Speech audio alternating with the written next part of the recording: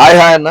అయితే వైఎస్ జగన్మోహన్ రెడ్డి గారు ఈ రోజు వీరమరణం పొందిన నాయక్ దగ్గరికి వెళ్ళడం జరిగింది. వాళ్ళ పరామర్శించడం జరిగింది. ఎలా ఫీల్? మురళీ నాయక్ గారి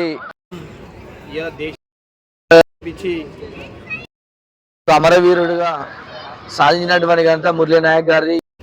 వైఎస్ఆర్ కాంగ్రెస్ అధ్యక్షులు జగన్మోహన్ రెడ్డి గారి పరామర్శకు వెళ్ళారు. కుటుంబానికి కూడా 25 లక్షలు కుటుంబానికి భరోసాలాగా ఆదుకున్నారు కాబట్టి వారికి ధన్యవాదాలు. అమరవీరుల కుటుంబాన్ని కూడా మురళీ నాయక్ ఇలా పోషించేటువంటి మురళీ నాయక్ గారు పోవడం వల్ల వారి ఇంట్లో కుటుంబ సభ్యులు ఆలోచన దృష్టిలో పెట్టి దేశం కోసం పొందినటువంటి మురళీ నాయక్ కుటుంబం చాలా సంతోషకరమైన విషయం. రాష్ట్ర ప్రభుత్వం కూడా వారి ఇవ్వాలని చెప్పి కాబట్టి ఇలాంటి జవాన్లకు కంపల్సరీ ప్రభుత్వం రాజకీయ పార్టీలు కానీ అందరూ కూడా తెలియజేస్తున్నా. అయితే మొన్న ప్రచారంలో జరిగిన ఇన్సిడెంట్ లో 2 లక్షలు ఇచ్చారు. నిన్న కాక గుంటూరులో అరటి రైతులకి 1 కోటి చిల్లర వరకు ఇవ్వటం జరిగింది. ఈరోజు ఇది అసలు ఎట్లా ఫీల్ అవుతున్నారు బ్రో? ఒక ప్రతిపక్షం ఇవ్వడానికే ఈయన ప్రతిపక్షమే కాదు, మీరు జస్ట్ ఎమ్మెల్యే అన్న వ్యక్తిని ఇలాంటి పనులు చేస్తున్నారంటే దాన్ని ఎలా చూడొచ్చు? ప్రతిపక్షం నుండి ఇంత ప్రజలకు పనిచేస్తే మళ్ళీ కూడా అధికారంలో వచ్చే అవకాశం ఉంటుంది కాబట్టి చెయ్యాలా. ఎందుకంటే ఇలా అధికారం పార్టీ రావాలంటే నిరంతరం ప్రజల కోసం పనిచేయాలి కాబట్టి కంపల్సరీ జగన్మోహన్ రెడ్డి గారు చేయడం చాలా సంతోషకరమైన విషయం.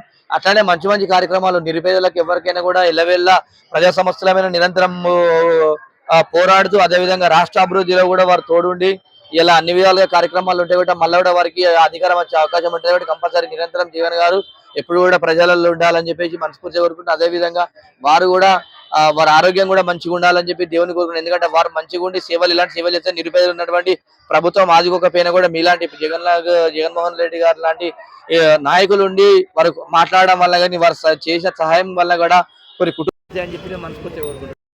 అయితే ఈ వాళ్ళ ఇంటికి వెళ్ళి మాట్లాడుతున్న తరుణంలో ఏదో ఒక చోట నవ్వాడు, నీ పని ఇంకంతే కేసును బట్టి అంటున్నారు. అది ఎంతవరకు కరెక్ట్? అసలు పాపము జగన్ గారికి ఒక మైనస్ ఉందండి. దేవుడు ఆయనకు నవ్వినా ఏడ్చినా మాట్లాడినా కూడా నవ్వినట్టే ఉంటది. ఎవరి ముఖంలో ఉండడానికి వారు ఏం చేస్తారండి? ముఖానికి మరి ప్లాస్టిక్ సర్జరీ చేసుకోవాలి.